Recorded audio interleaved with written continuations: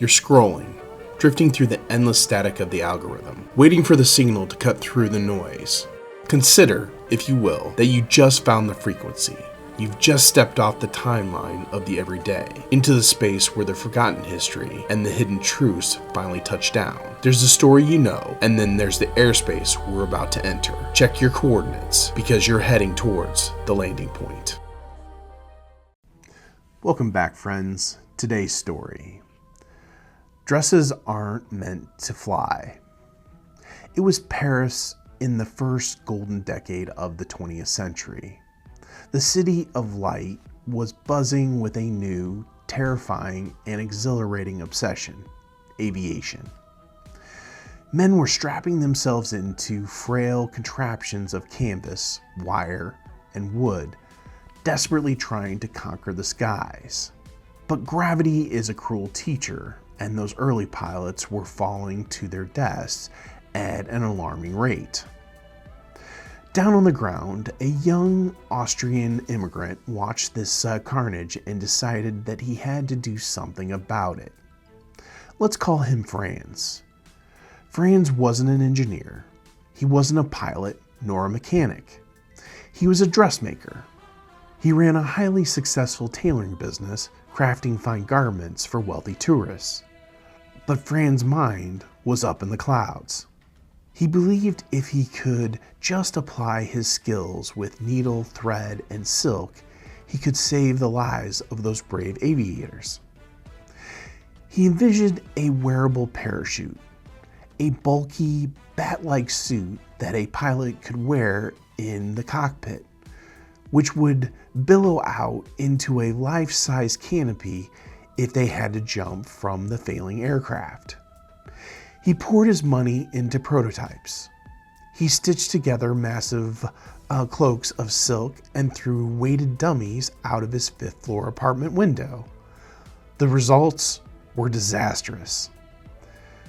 Dummy after dummy plummeted straight down, smashing into the courtyard below.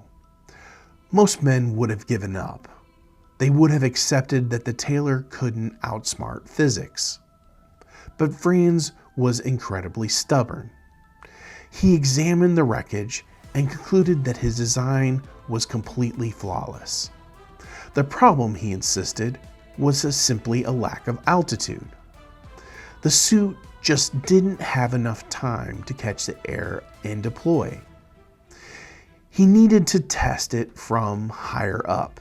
He needed the tallest structure in the world. He needed the Eiffel Tower. For over a year, Franz badgered the Parisian police for permission to conduct a drop test from the tower's first deck, some 187 feet in the air. Finally, the authorities relented, but on strict conditions that he use a mannequin. The morning of February 4th, 1912, was bitterly cold. A stiff breeze whipped across the Camp de Mars. A crowd of journalists, onlookers, and even a couple of early film crews gathered at the base of the tower to watch the tailor's grand experiment. Then Franz arrived, but there was no mannequin in sight. He stepped out of his car wearing a massive, heavy silk parachute himself. His friends were horrified. They begged him not to do it. The wind was too strong. The suit had never worked. They pleaded with him to use a dummy just one more time. But Franz brushed them off. He was absolutely convinced that his invention would gently float him down to the ground to roaring applause of the city. He climbed the stairs to the first deck. He stepped up onto a stool by an icy guardrail. Below him, the film cameras rolled. For 42 agonizing seconds, Franz stood on the very edge, looking down at the frozen earth. Perhaps he was waiting for the wind to die down. Perhaps, in the final quiet moments, the terrifying reality of what he was about to do finally washed over him. And then he jumped. Almost immediately, his parachute became entangled around his body. Within moments, his body hit the ground and shattered his leg, his arm, and his skull. By the time the onlookers got to him, he was dead.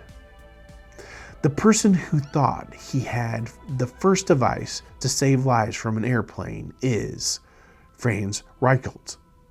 And whether you realize it or not, this is The Landing Point. Viewers, thank you for watching today, The Landing Point. We really appreciate it. I'd like to take a moment to thank our sponsor, Roadrunner Real Estate. They are a full-service real estate company doing both commercial and residential real estate. They can help you buy, sell, or even lease your properties. So if you're in the market looking for a real estate company, please go out and give them a call. They'll happily help you today. The next thing I'd like to talk about is our social media. Obviously, we have YouTube if you're watching that today. If you haven't done so already, please go out and subscribe. It is completely free to you. There's nothing that you'll be charged or your membership fees, but it does help us out so we can get our latest episodes to you quickly, and you can find out what's going on with YouTube. Our other place that we do a lot of our social media is on our Facebook page, The Landing Point. So please go out and like and subscribe or follow those, I guess I would say, so you get the latest updates. If you're a person that likes to listen to stories as you're out on the drive, we have our podcast. You can find The Landing Point out there, and it can be on most services. So once again, thank you for watching The Landing Point, and we look forward to see you on our next story.